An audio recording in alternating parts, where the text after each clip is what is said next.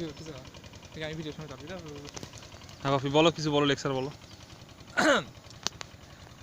আমরা এখন দাঁড়িয়ে আছি তিস্তা নদীর পাড়ে, কিন্তু এটা একটা ভয়ঙ্কর নদী।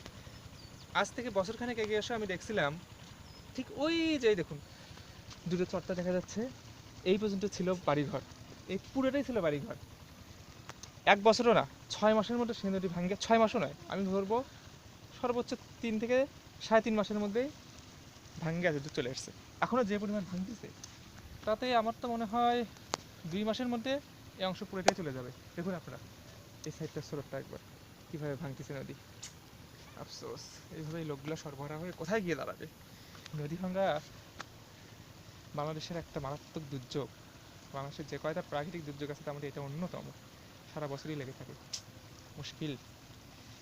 এই এক রমজানে এসে আমরা ওই যে ওই জায়গাটার মধ্যে বসে ইফতার করে গেছি, এই জায়গাটার মধ্যে ফুটবল খেলছি, দৌড়াদৌড়ি করছি, একটা বিশাল মাঠ, সেটা এখন কী অবস্থা।